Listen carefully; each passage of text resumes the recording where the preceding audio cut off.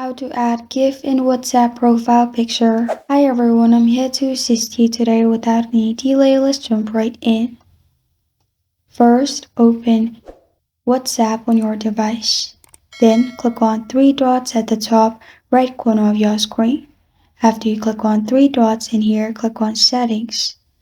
After you click on Settings, it will lead you to this page. In here, click on your name, which will open your profile. In your profile, press on Edit. After you press on Edit, select the GIF you have downloaded. After you select the GIF you have downloaded, you can simply press on Done at the bottom right corner of your screen and the GIF will be added to your profile picture. This is how to add GIF in WhatsApp profile picture. Thank you for joining me today. If this video helps you out, please leave a like and subscribe for more. Got a question or want to suggest a topic? Comment below. Thank you for watching.